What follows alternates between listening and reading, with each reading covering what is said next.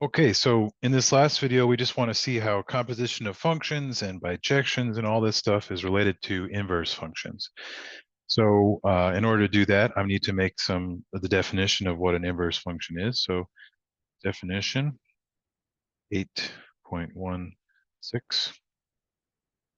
So for a set A,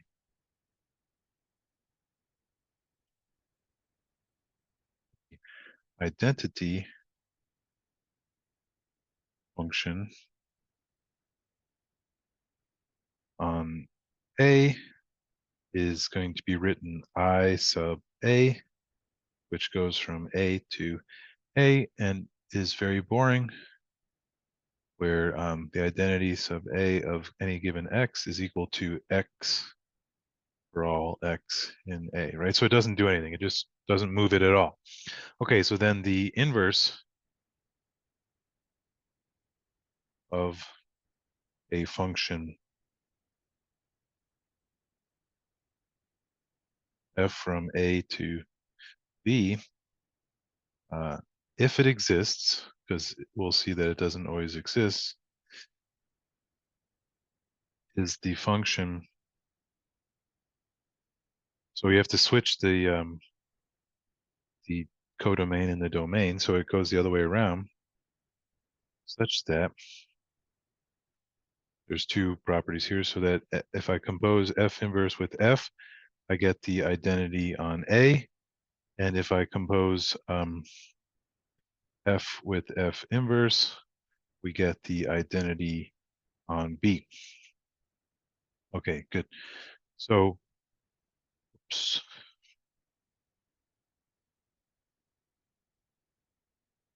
Okay.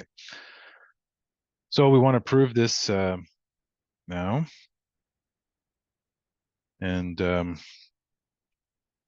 sorry, this is the definition. And then we want to prove the following theorem about inverses, because inside the definition, it's clear that we make it clear that this doesn't always work. Like you can't always find an inverse for a function. So here's the theorem which tells us when we can do that. So a function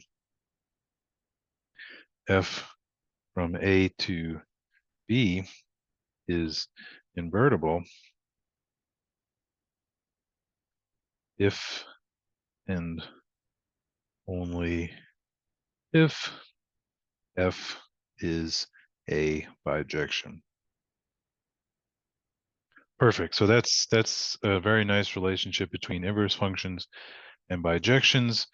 I mentioned this earlier, but if you want to look at permutations of sets in an earlier video, then you want to think about it as a group, then you need to compose these things to show that multiplication is defined, but you also need inverse elements. And so this theorem tells you that because you're bijective, there is always an inverse element. So this is very important when studying permutation groups, but also important in lots of other areas. So it's not just about permutation groups.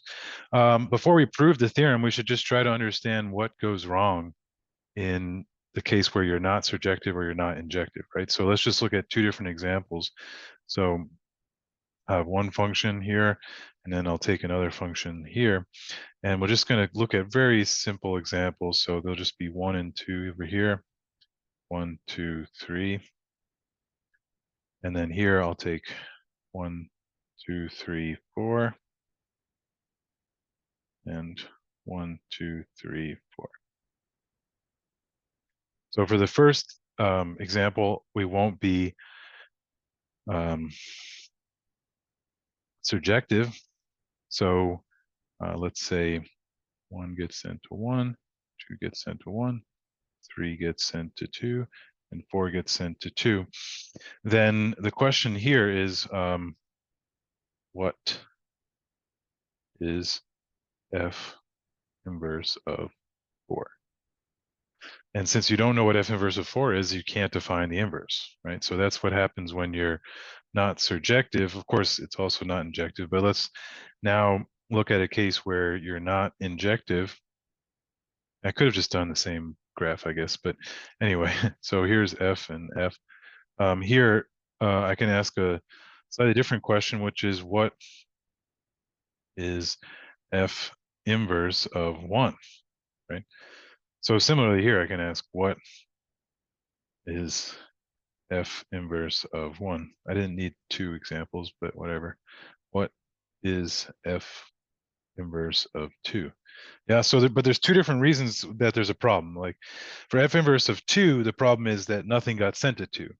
For f inverse of 1, the problem is that too many things got sent to 1, and I don't know which one to go backwards with, right? So in any case, when you're not injective or you're not surjective, either one causes a problem. And that's why the theorem says you need to be a bijection.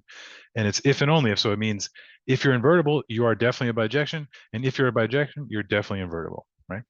Okay, which also means when I go to prove it, which I'm about to do, we're going to have to go in both directions. So let's dive in. So first we'll do the forwards direction. So we're going to assume that f from A to B is invertible. And we'll prove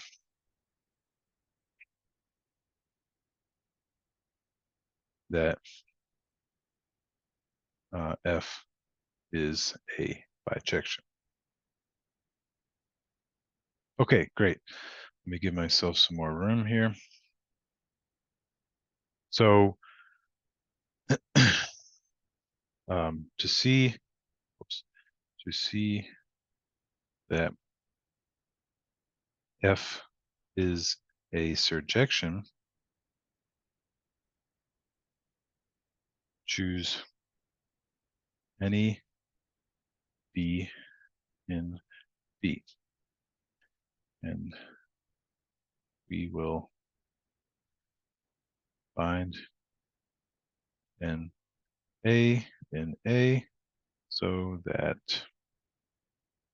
f of A equals B.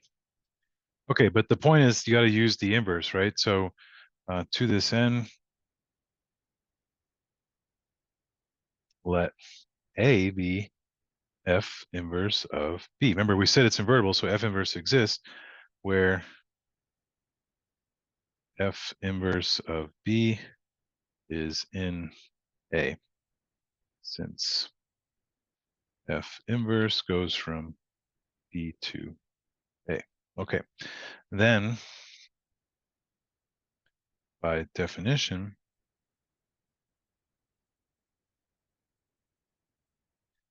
we see that, well, f of A is equal to f composed with f inverse of B, but by the definition of the inverse, that's just B.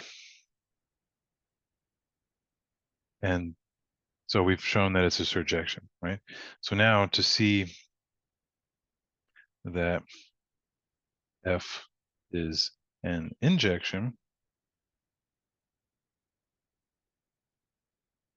let A1 and A2 be in A and assume f of A1 is equal to f of A2. Now by applying f inverse to both sides, we find, so we have f inverse of f of A1, which is equal to f inverse of f of A2, because f of A1 is equal to f of A2. And so what does that tell me? On the left-hand side, I get A1, and on the right-hand side, I get A2. So they're equal, right? And hence, f is injective. So f is a bijection. Great. So that's just one half of the proof, but that says if a function is invertible, then it has to be a bijection. Good. Now the other way around, now we want to assume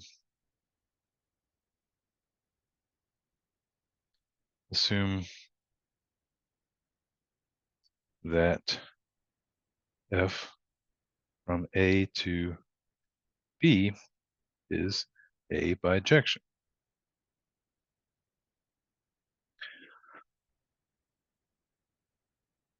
Okay, so for B in B, we define F inverse of B to be A, where F of A equals B. So we just have to take a second to realize that I'm using the which is, so I'm just going to say which is well defined since F is a surjection. Right? The point is that for any B, since F is a surjection, there has to exist an A so that F of A equals B. So since I can always do that, I can define F inverse of B to be A. So, but we just need to now make sure that F inverse is a well-defined function. Um, so I can do that. So far, it's fine, but I need to make sure that what I get from doing that is a function. So now we need to check that F inverse is a well-defined function. Okay, so um, in other words,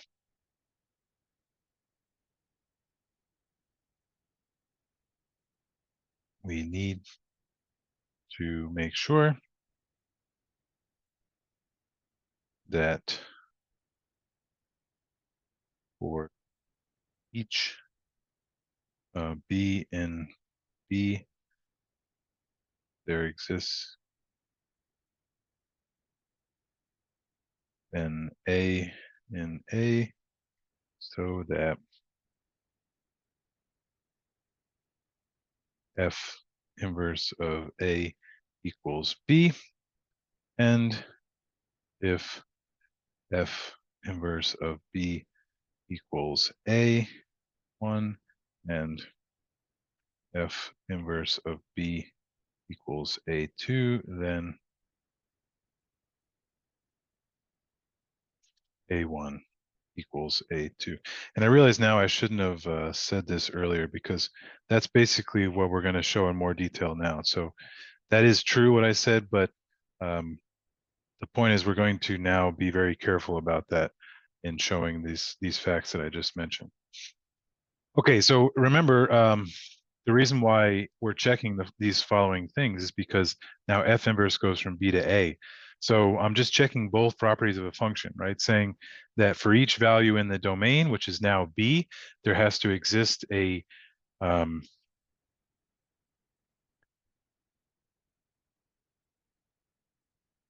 think I wrote part of this wrong.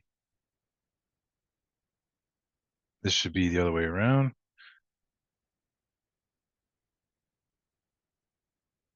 So for each value in the domain, there is a unique image in the codomain. And also I need to make sure that there is not, you can't have two different images for one value in the domain, right? So those are the two things that we're checking here, right? So this is the first one, that for each value in the domain, there's a value in the codomain. And also if you can't have more than one value in the codomain for any one given value in the domain. Okay, so that's what we're going to check. That's what we're going to do now. Okay, so let's see. So assume B is in B, then since F is a surjection, there exists an A in A, so that F of A equals B. So then by definition of F inverse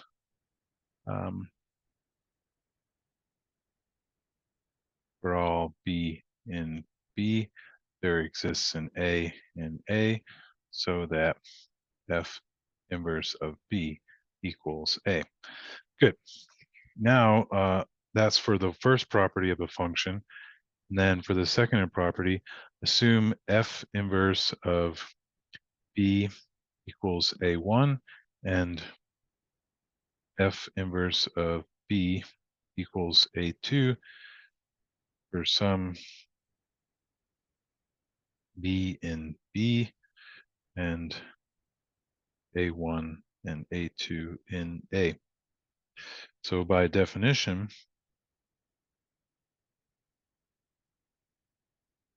of F inverse, this means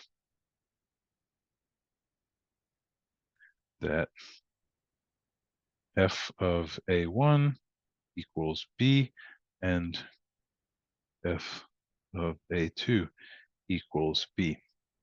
And then since F is an injection, this implies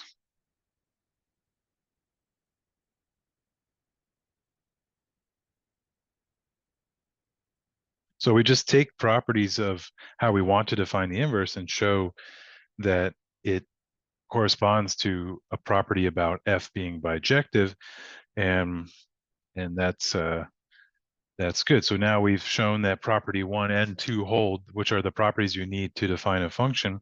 So now we're just going to wrap up by noticing what we've shown. So hence, F inverse from B to A is a function. At first, it was just some thing that we tried to define, and by definition, it satisfies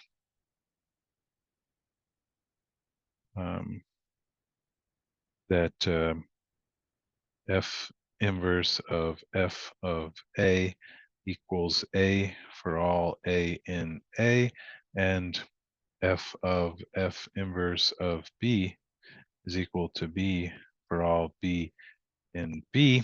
Remember, that's what you needed to be, you needed those properties to be an inverse, but we defined it so that those properties were automatic, and so, and hence is the inverse function of F by definition.